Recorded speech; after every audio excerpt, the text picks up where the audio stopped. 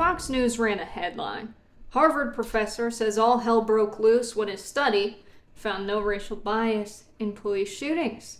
The researcher Roland Fryer said in an interview that he required armed security after he published this finding. Now, I believe people are mad at him, but not because, as Fox would like us all to believe, this research doesn't match up with how they view the world and their preconceived notions, but people are mad because the research doesn't actually show there's no racial bias in police shootings. And I know this because to do this segment, I went places Fox News wouldn't dare go, a researcher's publications page.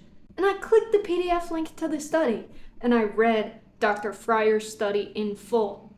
I, unfortunately, spent many of the young years of my life as a managing editor of an international research journal and in graduate school for data-driven policy at Brown University. So, I know enough about research and empirical evidence that relies on data and statistics, and I understand the methods used and the findings of the study. Fryer designed this study to assess one thing. Do police officers use lethal force more or less or the same across race? I don't think they found it's the same, which would mean there's no racial bias. But I also don't think they even designed the experiment in a way where they could assess a difference across race. We'll start with the obvious. The police departments self-report the data. Officers are unlikely to report on their own racist behavior. That's true in all research. Self-reporting is an unreliable data collection method. When you ask people to tell you, especially, about their bad behavior, they're unlikely to do so. But then there's also something called John Henry effects, which you may have heard of, where if participants in the study are aware they're in a study, they'll change their behavior. They know they're being monitored, so they'll probably use lethal force less, or in a less racist way. Another major flaw of the study is that they didn't factor into their finding the reality that police are choosing to interact with far more black people. They only compared behavior given an interaction is happening between a police officer and a suspect. Do the police use lethal force at the same rate when they're talking with white, black, or Hispanic people? Fryer acknowledged it was true in the study that police officers disproportionately stopped and frisked black people. The exact quote from Fryer himself was, "Black people are almost 4 times more likely to be stopped by the police relative to their population proportion." So, according to this study, if they're using lethal force at the same rate, when a black person walks out of the door in the morning, they're more likely to be shot at by police than a white person. And isn't that what people care about knowing? If all of those who are stopped by the police have lethal force used at the same rate, but if all the black people who pass police, more are stopped than among the white population, that's racial bias in police shootings. The fact that he wrote police officers were interacting with 4 times as many black people as their proportion of the population and still felt okay, saying, no, there's no racial bias in policing, is insane. I can't even begin to express how ridiculous framing the question like that is. If I was bartending and I went to my bar manager and I said, hey, I knocked some bottles off the shelf, they broke, it was an accident, man, and they said, okay, which ones? And I said, I broke Kettle One bottles and Burnett's bottles, very different price point, at the same rate. And they come out and they see like 40 Kettle One bottles and 2 Burnett's bottles broken. They'd be like, what the hell are you smoking, Burbank? And I say, well, conditional on bottles being stocked on the shelf, I broke 100%. So I broke both of those bottles at the same rate. They would be like, are you kidding me? That's not reality.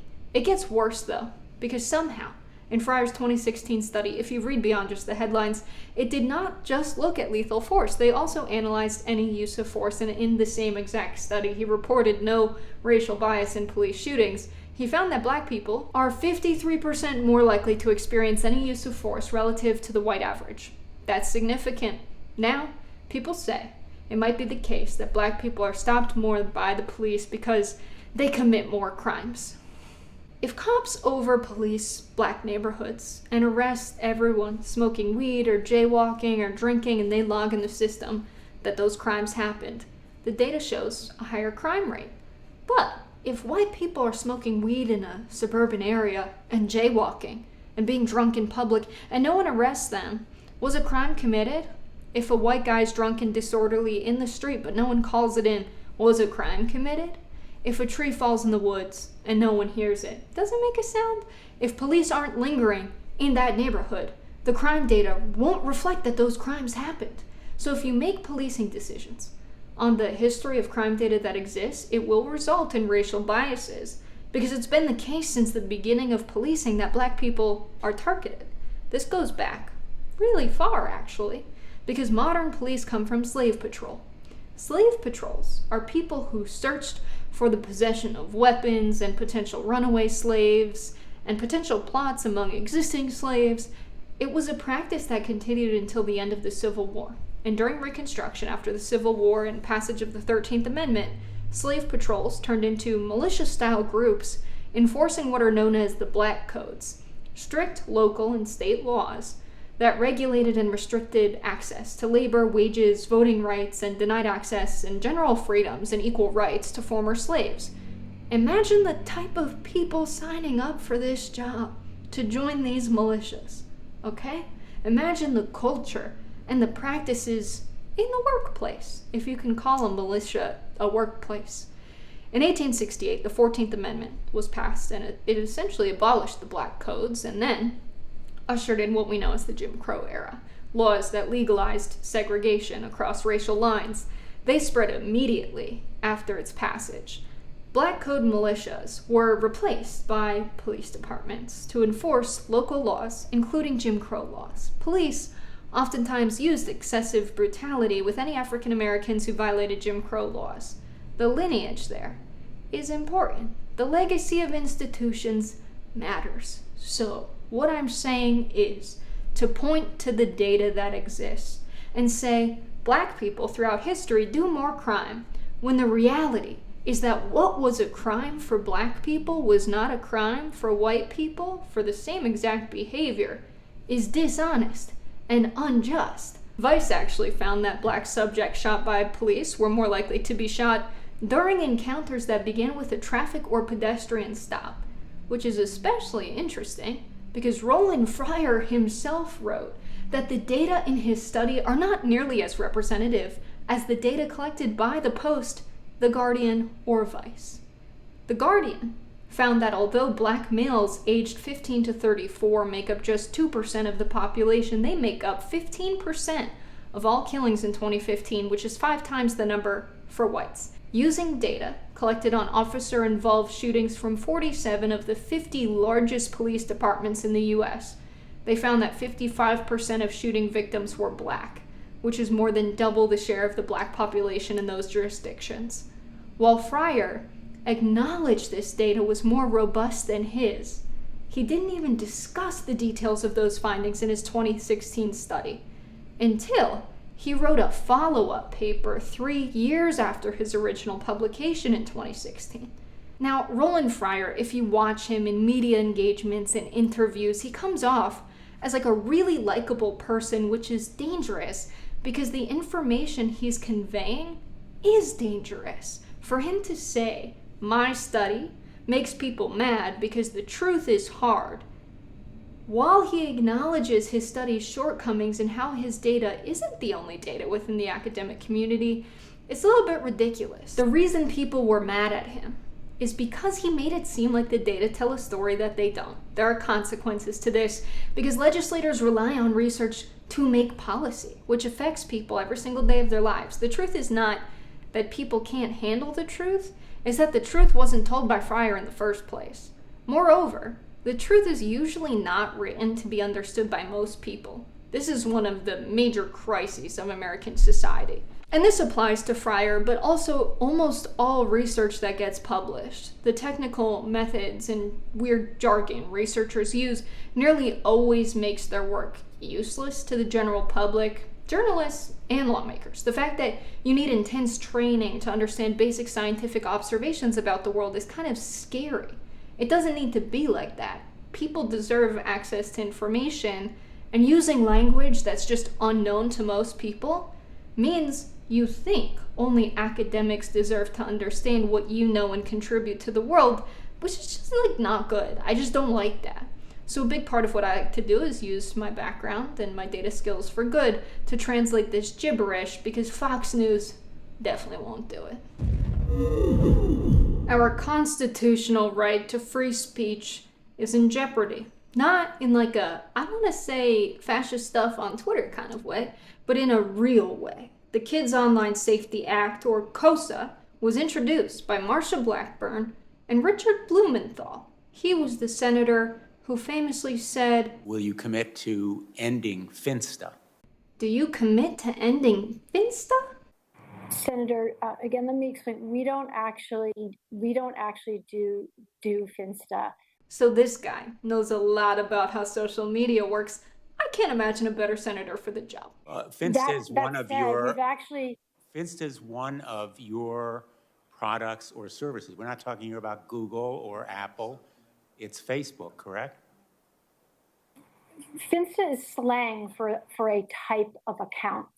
In case you thought the TikTok ban effort is gone, it's not. This bill describes the exact functionality of the TikTok app and bans the features that make it what it is. The following design features are limited for minors: infinite scrolling or autoplay. Let's just stop right there. That's literally the functionality of TikTok. So it's not a TikTok ban, but the shoe really fits, kind of like how the Senate immigration bill gives billions of dollars to Israel. It's not an Israel aid bill, but it does give $10 billion of unrestricted American dollars for Netanyahu's weapons. It's not a TikTok ban bill, but it would ban TikTok. When I was a kid, we didn't have TikTok. We would hoard sugar packets from coffee shops and turn the ceiling fan on high speed and throw the packets up so the blades would crack them and it would rain sugar on us. So thank God, instead of consuming useful information and rich entertainment, kids will go back to doing dumb shit that makes messes. Thank you, Congress. The bill also bans the functionality of rewards for time spent on the platform, notifications. You're too young to be getting notifications. Text from mom notification doesn't matter. Maybe you can have notifications when you're older. These next features are personalized recommendation systems, but they're personal for me. No more targeted ads. Instead of Roblox, now kids are gonna want Ozempic. At this point, I want my ads to be targeted, not to protect me from harm's way, but just when I get an ad that isn't at all relevant to my life, I'm like, they don't get me. Nobody gets me. It makes me feel very sad and misunderstood. The bill also blocks in-game purchases. And speaking of those, right now I'm getting a lot of ads for games on the phone, where the ad is just a screen recording of someone playing a relatively simple game, but doing it really bad. And they make me want to download the game just to play it right. For example, it's solitaire and they keep putting red cards on red cards and black cards on black cards, or there's a bear and he's running on a path with an army and he has two options. One, 10 soldiers die. Or another option, his army's multiplied by 10. And then he chooses to kill 10 soldiers, and as much as I thought this was a tangent, this is actually exactly how I feel about watching legislation come out of Congress and how our elected officials choose to deal with the biggest problems of our days. The purpose of the KOSA bill is to, quote, prevent minors from coming into harm's way online. Which sounds good. Harm is bad and we love kids. But preventing their harm is difficult. A lot of parents don't even know what could be harmful for them. And the problem is everyone has a different idea of what harm is, so maybe parents should have the best discernment over when and how their kids use technology. But this bill, instead, allows for state attorneys general to interpret what harm means. They are in charge of enforcing this bill. Based on attorneys general actions in the past, people are concerned about potential impacts. The ACLU and the Electronic Frontier Foundation have warned that this bill will be used to block youth from accessing LGBTQ content online. Content with topics or themes that could be depressing will be hidden. So that means no current events, no news, Maybe our members of Congress should have passed down a country where daily life was less depressing. Kids can also, by the way, just go outside and observe the same depressing reality. And now, to get news, we're going to have a bunch of 15-year-old kids in public parks smoking cigars and reading the New York Times thanks to this bill. The difficult part about this provision is it means anyone seeking help about anxiety, depression, suicide, and eating disorders, they're not going to be able to find it. That content is blocked as well, so don't get depressed online. But if you get depressed elsewhere, you can't look for resources online, so don't get depressed. Don't even think about being depressed. This is a very helpful bill. Reproductive and sexual health information will also be hidden, of course. If mom, dad, or your health teacher don't give minors the information they need, they're going to have to embarrassingly ask the local librarian or nurse, or worse, their friends, also minors. Would you rather your teen ask Google about sex stuff or another 13-year-old boy? That's for the Attorney General to decide. Information on addiction and drugs will also be hidden. Hi, I'm 16. This is cocaine. You heard it's bad, but that's just a lie they tell you to save more cocaine for themselves. It's so good for you. Just Google it. Oh, you can't? Well, just trust me, bro. Now your child's on Ozempic, coked up, doing dangerous premarital sex, smoking cigars, and worst of all, reading the New York Times. It's not good. I think this bill is really scary because it's the government controlling access to information when we're supposed to have a free press. Let's talk about what cheese has to do with Russian sanctions. Navalny, a longtime enemy of Putin, mysteriously died in a Russian prison. It wasn't really that mysterious because there have been attempts to poison him before, but since then, he's been made out to be a hero. The Biden administration is using this death as a catalyst to announce major sanctions on Russia. The United States media also responded, typical stuff like only a ruthless dictator with no morals or civility would murder their political opposition, which reminds me of a Yahoo News investigation in which 30 former U.S. intelligence officials, 8 of whom shared details of the CIA's plans, revealed that under Mike Pompeo and Donald Trump, the CIA discussed assassinating Julian Assange, and they even went so far as making sketches or options for how to do it. We also have covert operations to thank for the murder of Patrice Lumumba, democratically elected leader of the Congo, Anwar al-Awlaki, who was a U.S. citizen, Rafael Trujillo, who was the president of the Dominican Republic, and the list goes on. These are just ones we know about, by the way. So if killing your political opposition within your own country is bad, killing the democratically elected leaders of other countries, where does that fall? Is that bad too? Is it maybe worse morally to kill your political opposition if they're a leader of another country? Or if they're just a person within your country, a member of the press, or an organizer? Make no mistake, Putin is responsible for Alexei's death. I'm announcing more than 500 new sanctions. We need to stop pretending the U.S. is exceptionally a great and just country.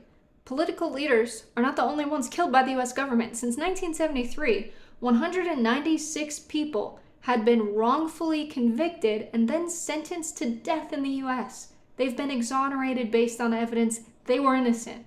But those were accidents. Plus, when the United States kills their political opponents, that's different because the US always has really good reasons for killing those guys. So was Navalny a good dude, as the US would like us to remember him? Navalny was one of 3 co-founders of the National Russian Liberation Movement, which is a far-right Russian nationalist political movement that existed till 2011. Navalny's statements and participation in racist marches filled with swastikas and other Nazi symbols are well known in other parts of the world. He was a key leader and organizer of the annual anti-Muslim, anti-Semitic, anti-immigrant, quote, Russian March in Moscow. The themes of this march might sound familiar.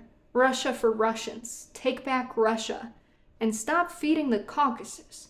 The last one is a demand to end federal subsidies to the poorer, less developed, largely Muslim regions of Russia.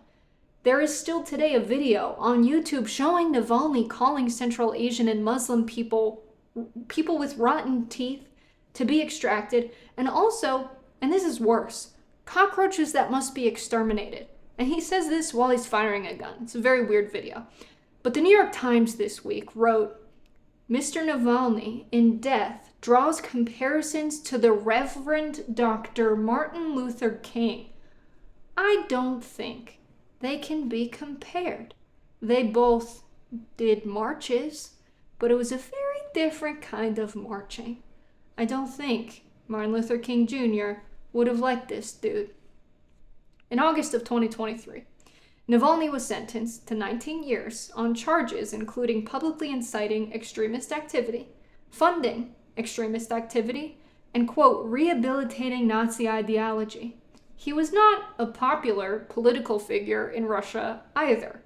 The Levada Center conducted a survey released on April 6, 2017, which showed Navalny's recognition among the Russian population at 55%. Out of those who knew who he was, only 4% definitely would vote for him. 14% would probably vote for him in a presidential election where he was running, and only 55% of people knew who he was. In September of 2020, only 20% of Russians approved of Navalny's activities, 50% disapproved, and 18% had never heard of him. So I guess our dollars went to waste. What? Yes, our dollars to fund Navalny's activities. It turns out that in 2016, the U.S. official governmental agency, the National Endowment for Democracy, gave 108 grants totaling $6.8 million to organizations across Russia. Why was this? For, quote, engaging activists and fostering civic engagement. The endowment no longer names Russian recipients who, under Russian laws, are cracking down on foreign funding. They can face harassment or arrest because of these laws. But our boy Navalny was named before that rule came into place. So wait a minute. It sounds like Russia's not the only one meddling in elections abroad. Russia's interference. Russia's determination to interfere in our election. This is not about politics. This is about national security. It is about a foreign country, a foreign adversary seeking to manipulate the politics and democracy of the United States of America. That's crazy. The National Endowment for Democracy, by the way, had a direct role in funding opposition forces and paramilitary forces leading up to the 2004 coup against the democratically elected president of Haiti, Jean-Bertrand Artiste. It sounds like they have a very CIA understanding of what democracy means. Russian, not just efforts to interfere in 2016, but ongoing efforts to interfere in American society. And it's not limited to the territory of the United States. These are efforts they undertake in many other parts of the world. Maybe if killing your own citizens is bad when Russia does it, it's bad when the US does it too. Maybe if the Russia meddling in our elections is bad, we shouldn't meddle in theirs, even if people have reason to believe these guys being killed are bad dudes. And I do think killing Nazis is less bad than killing innocent people. I think that's fair to say. That Martin Luther King Jr.'s murder, a man who is fighting for the equality of all human beings, was maybe more wrong than the murder of a guy who thought Muslims were cockroaches, but that's just me. Им стоит бояться! Им стоит бояться! Да! Regardless of how you feel about any of that, doesn't really matter. What's important is, will sanctions produce an outcome that's good for the United States? And it seems like we've learned nothing. It seems like we don't even like to ask that question. When the United States immediately sanctioned Russia following the invasion of Ukraine. I'm going to begin to impose sanctions in response far beyond the steps we and our allies and partners implemented in 2014. The ruble dropped 40% in value. It went from 120 to the dollar on February 27th to 72 to the dollar on March 9th. The media reported on this like crazy, that our sanctions were powerful and were putting Russia in check. These consequences are having a significant impact on the economy in Russia. We know it is having the impact that the world intended. But what happened next didn't get as much press. Putin demanded that unfriendly countries to Russia pay for Russian gas in rubles, the Russian currency, instead of dollars, euros, or another currency. European countries get a lot of their gas from Russia, around 40%. In 2022, gas imports from Russia to Europe ranged from 200 million to 800 million euros a day. This was Putin's response to the economic sanctions by the US. And following Putin's announcement about the ruble, it went back up to 100 on the dollar within 1 week. The Russian ruble has almost returned to its pre-war levels. So does the administration believe that the sanctions are still working? Absolutely, yes. So what happened as a result? Well, now Europe pays for Russian gas in rubles. Within 1 month, Europeans complied to the payment terms of Russia through Gazprom, which is a Russian state-owned energy giant, and Gazprom Bank. Under this new system, gas payments are still today invoiced and sent in euros, just to save face, they write euros on the invoice, and then that money's taken from a European energy company's euro account, converted to rubles, and then that money is transferred into a ruble account also belonging to the energy company. Then it's taken by Gazprom. This strengthens the Russian currency and gives them more buying power abroad. Perversely enough, the fact that the ruble has strengthened is somewhat a consequence of the way that sanctions have been imposed. I'm not talking about cheese as in money. I'm talking about cheese. One of my friends, Stephen Kinzer, said this in 2019. Several Russians I met during my visit last month advised me to notice the cheese.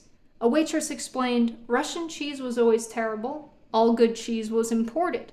Now, because of the sanctions, we can't import cheese anymore.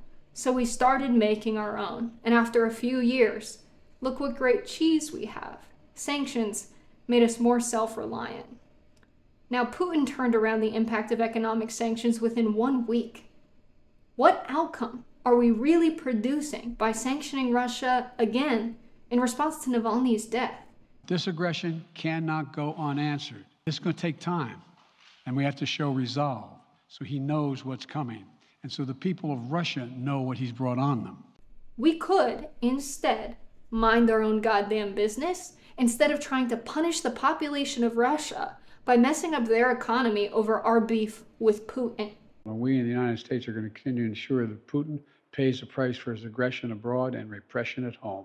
We could try diplomacy, talk about things like adults. We have a global economy. Some countries produce a ton of gas that other countries import, while other countries produce wheat or fruit or sugar. Sanctions hurt the population, but the leaders of a country are usually the richest people there. They're hardly affected by the sanctions.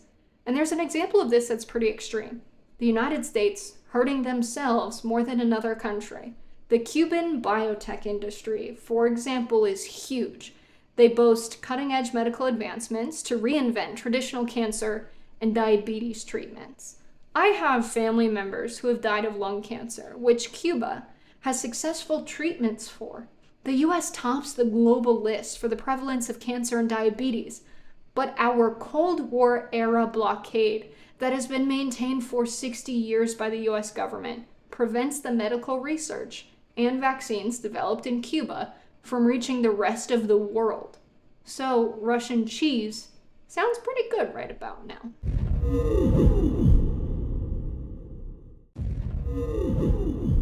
These are corrupt people. These are people that shouldn't be allowed to do the things they do. Trump has to pay a $354 million judgment in a New York fraud case. He lied about how much his assets were worth. Trump, of course, did this so that he could get more loans to invest that money into his business. But just how bigly did he lie? Judge Engoron cited the valuation of Trump's Mar-a-Lago club at $18 million. That's the amount Trump paid local property taxes for. Simultaneously, the property was valued on an annual statement of his financial conditions at $714 million. So he lied bigly enough. I need to point out the talking point of people defending Trump has been everyone pays a lower tax rate on their property than the fair market value assessed by financial institutions when they get loans. The tax valuation is typically 80 to 90% the fair market value. Trump's was 2.5%. He said it was worth 39 times what he reported on his taxes. Sounds like both numbers are wrong.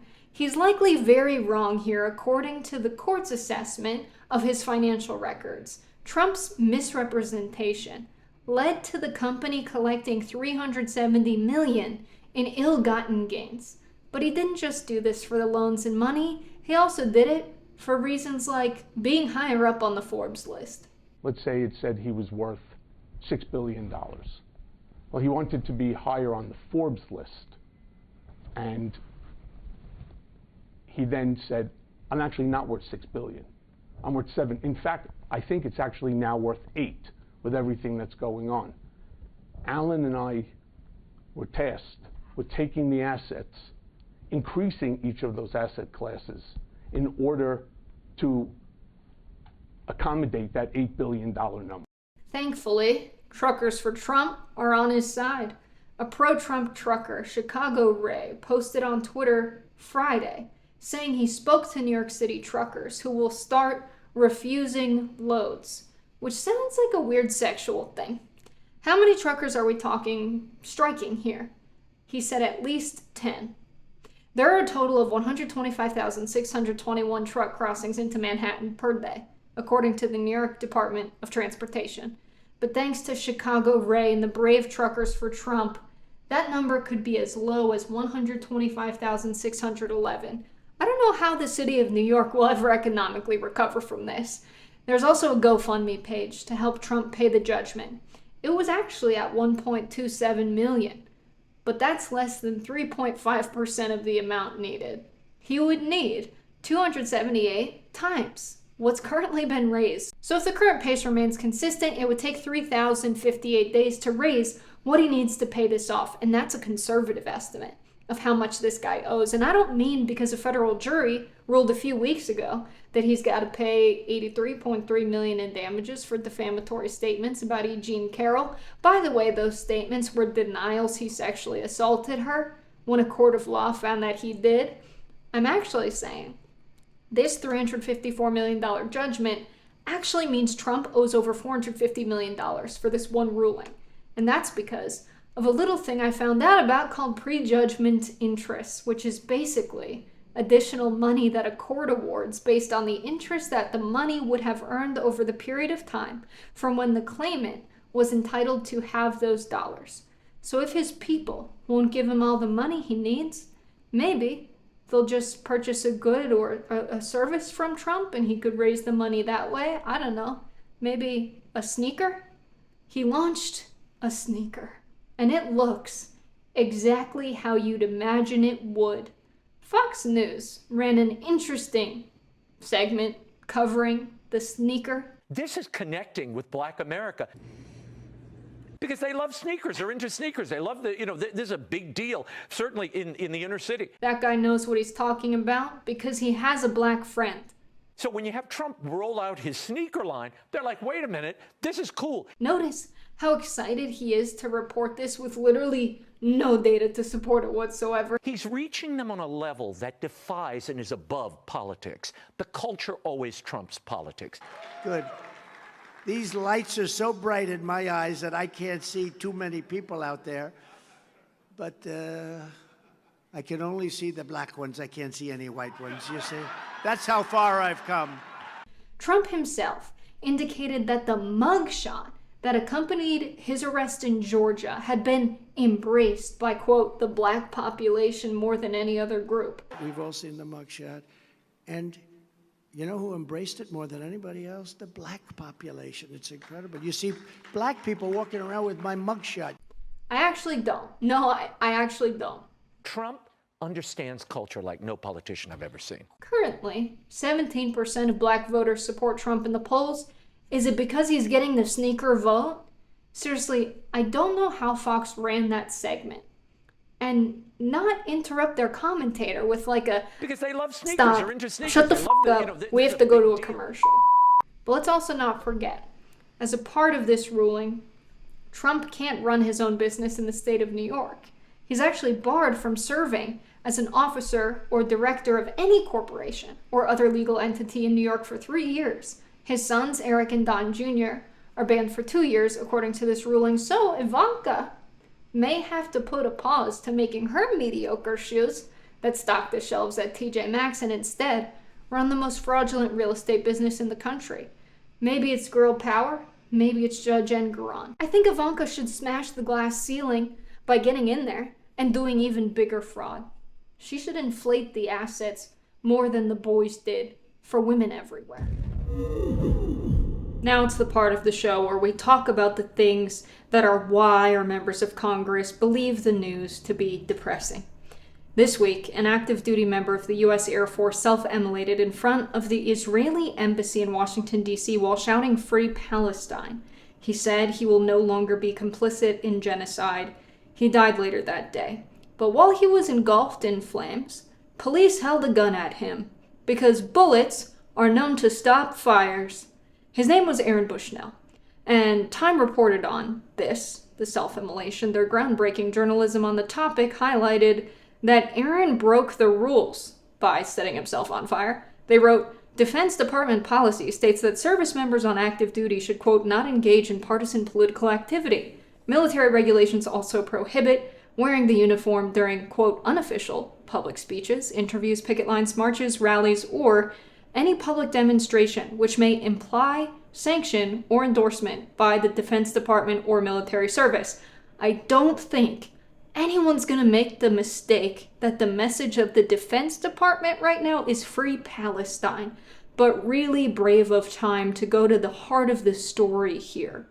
Usually, when there's a self-immolation protest, people talk about why they did it, but the media and this administration responded differently this time. The best analysis I've seen came from political commentator Evan Jimenez. I want you to watch his video. This young man, who had never been particularly active in politics, went to the headquarters of the provincial government, doused himself in fuel, and lit himself on fire. There are times in the course of history when the actions of ordinary citizens spark movements for change because they speak to a longing for freedom that has been building up for years. In America, think of the defiance of those patriots in Boston who refused to pay taxes to a king, or the dignity of Rosa Parks as she sat courageously in her seat. So it was in Tunisia, as that vendor's act of desperation tapped into the frustration felt throughout the country. That was former President Obama speaking on the self-immolation of a man in Tunisia. I want you to notice a few things. He did not suggest that the man was mentally ill. He did not suggest that the man was merely brainwashed by political extremism. He correctly pointed out that it was a sincere act of desperation, a call for urgency. He even goes insofar as to compare the man to Rosa Parks. And so when I see people attempting to suggest that by us honoring Aaron's death, by fighting for the cause that he intended to bring attention to, as us glorifying self-harm, that it is grotesque for us to at least respect such a powerful decision. I know that those people are ignorant on the history of this form of protest or insincere of their application and criticism of it in this context. You don't even have to agree with his decision to do such a protest, but you cannot simply attribute his decision to do so as a result of mental illness. Evan points out that Obama didn't mention this man was mentally ill because mainstream media immediately made it a thing that Aaron Bushnell was having a mental health crisis. His friends and family said that he was not struggling with poor mental health. So really just great commentary from Evan Jimenez there. You should go follow him. Breaking news, it's me interrupting me because apparently Aaron Bushnell had classified information that U.S. soldiers are actively participating in the killing of Palestinians in Gaza. According to very recent reporting from the New York Post, not so long before Bushnell self-immolated, he confided in a close friend that U.S. troops are fighting in the tunnels under Gaza. They interviewed this close friend, and he said, quote, Aaron told me on Saturday that we have troops in those tunnels and that it's U.S. soldiers participating in the killings. His actual job involves the processing of intelligence data. Some of what he was processing had to do with the Israeli-Gaza conflict, end quote.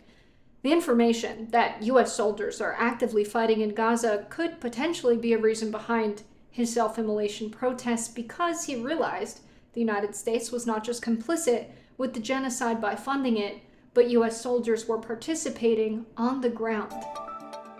But days before this self-immolation, for the third time, the U.S. delegation vetoed a ceasefire between Israel and Palestine on the floor of the UN Security Council. Those against?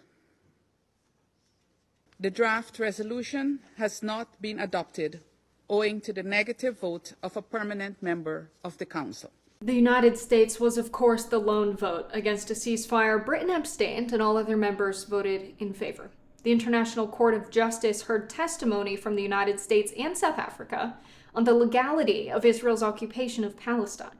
State Department official Richard Visek told the court, "A movement towards Israel's withdrawal from the West Bank and Gaza requires consideration of Israel's very real security needs." South African Ambassador Vusi Madonsela accused Israel of perpetuating a more extreme form of apartheid than once existed in South Africa.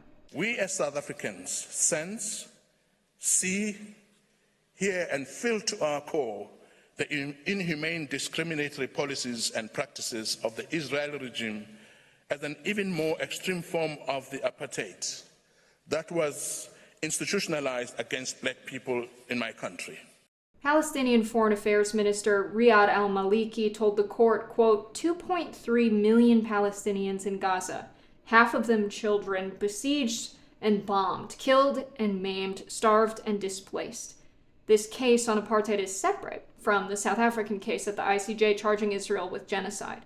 Minister al-Maliki went on to say that more than 3.5 million Palestinians in the West Bank, including in Jerusalem, are subject to the colonization of their territory and the racist violence that enables it.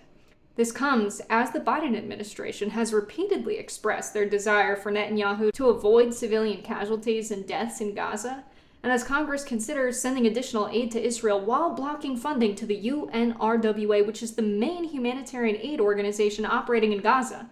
An American doctor published an op-ed in the LA Times about her time in Gaza. She wrote, "In late January, I left my home in Virginia, where I work as a plastic and reconstructive surgeon, and I joined a group of physicians and nurses traveling to Egypt with the humanitarian aid group Med Global to volunteer in Gaza.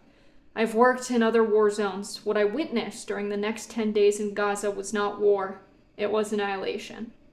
I encourage everyone to read her piece, but I want to highlight one other quote from this op-ed. "I stopped keeping track of how many new orphans I had operated on. After surgery, they would be filed somewhere in the hospital. I'm unsure of who will take care of them or how they will survive. On one occasion, a handful of children, all about ages 5 to 8, were carried to the emergency room by their parents. All had single sniper shots to the head." The narrative around civilians, many of them children, being killed by Israeli forces in Gaza has been that it's collateral damage, accidental deaths, in an effort to eradicate Hamas. But could there be any more damning evidence to the contrary than doctors' accounts of children having sniper shots to the head? How are you going to explain away that one?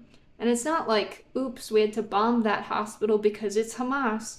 Every hospital in Gaza, in the eyes of Israel, is apparently a Hamas-spital. And as ridiculous as the whole Hamas-spital saga has been, this isn't that. This is the deliberate decision to target and pull the trigger on a sniper rifle to put a bullet in the head of a child.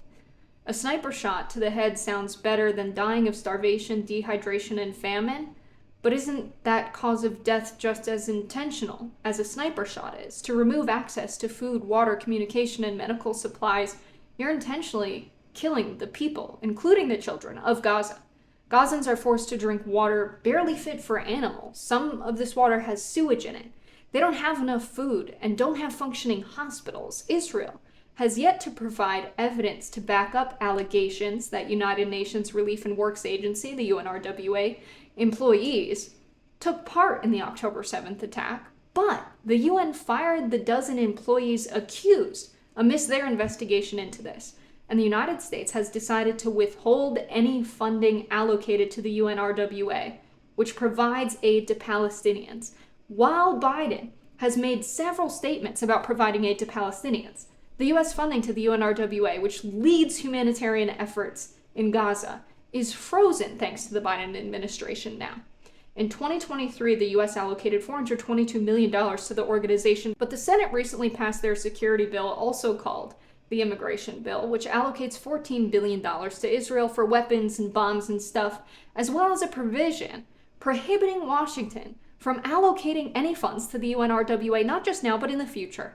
All indications from the Republican-controlled House suggest the bill is dead on arrival, not because it's giving weapons and bombs to Israel with our tax dollars while not giving aid to the Palestinians who need it, but because it's just not tough enough on immigrants. A lot has changed since 2017. Republicans had the House, the Senate, and the presidency. They decided to do one noble thing: to cut taxes, mostly for the wealthiest people in the country and America's biggest corporations, and they did this for the little guy. A vote to cut taxes is a vote to put America first again. We want to do that. We want to put America first again. If we do this, then America will win again like never, ever before. There were some tax cuts for the middle class and the wealthy, but those are expiring in 2025. But the tax cuts for corporate profits, those were permanent. And it's estimated that this loss in revenue for the US government is $2 trillion. So all those guys that are really mad about the national deficit, I wonder why they don't talk about this. Our country is being destroyed by stupid people, by very stupid people. You once said that using the debt ceiling as a negotiating wedge just could not happen. You said that when you were in the Oval Office. That's when I was president. So why is it different now that you're out of office? Because now I'm not president. For some of America's biggest companies, the tax cuts weren't enough. They'd rather avoid paying them altogether. Boeing had $67 billion in revenue, billion with a B, and a stock market value of $120 billion. But they didn't pay any federal income taxes between 2019 and 2022. They got refunds, actually.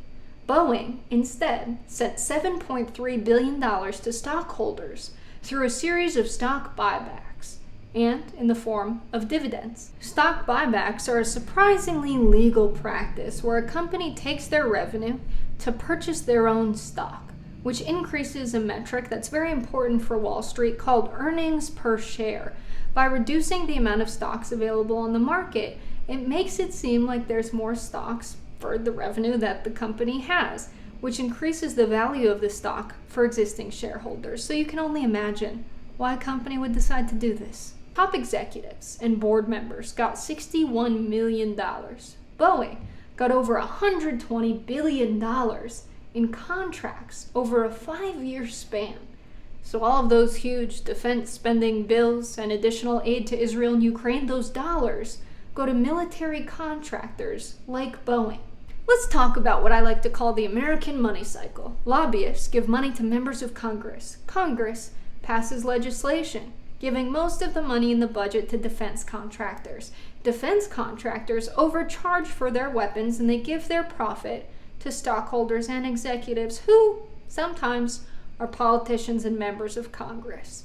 Is it a non-profit if all of the profit is just given away to the owners in the form of bonuses and stock buybacks?